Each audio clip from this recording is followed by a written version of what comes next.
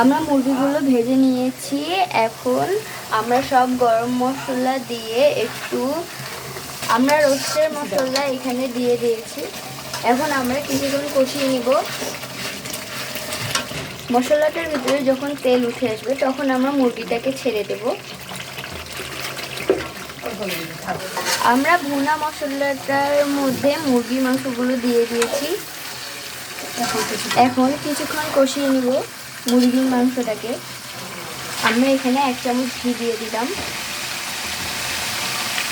কিছু মরিচ দিয়ে দিয়েছি। আমরা যেহেতু এখানে মিষ্টি দেব তাই ঝাল কম দিয়েছি। আমরা এখানে 2.5 চামচ চিনি দিয়ে দেব।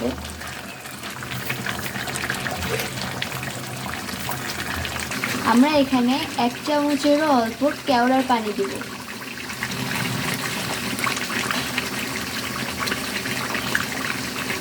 এখন একটু সস দিয়ে দিচ্ছি।